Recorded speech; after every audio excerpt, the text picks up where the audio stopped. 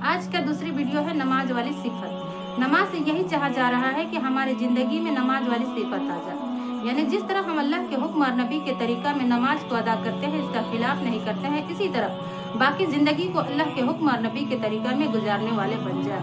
तमाम अहकाम को अल्लाह रब्बुल इज्जत ने जिब्राइल अमीन के जरिए दुनिया में उतारे हैं।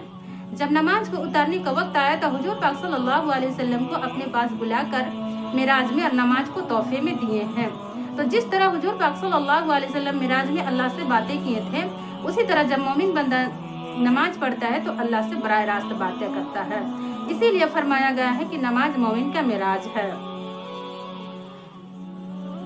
हर मुसलमान मर्द औरत पर दिन रात में 5 वक्त का नमाज फर्ज है।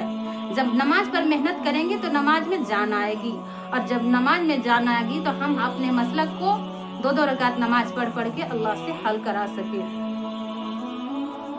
जिसकी नमाज अच्छी होगी उसकी जिंदगी अच्छी होगी, और जिसकी जिंदगी अच्छी होगी उसकी मौत अच्छी होगी, और जिसकी मौत अच्छी होगी उसकी आखिरत अच्छी होगी, उसकी जन्नत पक्की होगी।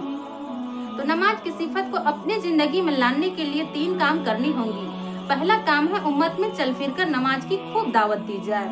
एक हदीस पाक का मफहूम है, जिस किसी ने नमाज को जानबूझकर छोड़ा उसने कुफ्र वाले अमल को अपनाया। और एक हदीस पाक का मफहूम है, जिस किसी ने नमाज का जैसा हक है वैसा पढ़ेगा तो अल्लाह रब्बुल इज्जत उसको 5 इनाम अता फरमाएंगे। सबसे पहला इनाम है रिज्क की तंगी को दूर फरमा देंगे, यानी रिज्क में बरकत देंगे। दूसरा इनाम है कब्र के अजाब से महफूज फरमाएंगे। तीसरा इनाम है पुल सिरात से बिजली की तरफ पार कर दिया जाएगा। चौथा इनाम है दाहिने हाथ में नामे अमाल दिया जाएगा, और 5वां इनाम है बिला हिसाब किताब जन्नत में दाखिल कर दिया जाएगा। तीसरी है अमली मस्त करना, यानी नमाज के जाहिर और बातिन को दुरुस्त करना। नमाज के जाहिर क्या है और नमाज की बातिन क्या है उसको जानकर पूरा करना।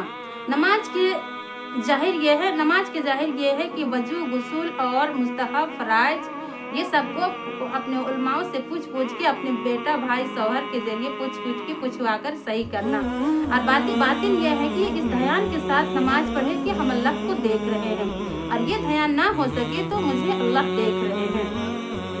और आखिर में ये है कि अल्लाह से रो कर नमाज की हकीकत को मांगना है। नमाज की हकीकत को मांगना है, ऐ अल्लाह तेरी पसंद वाली नमाज अता फरमा।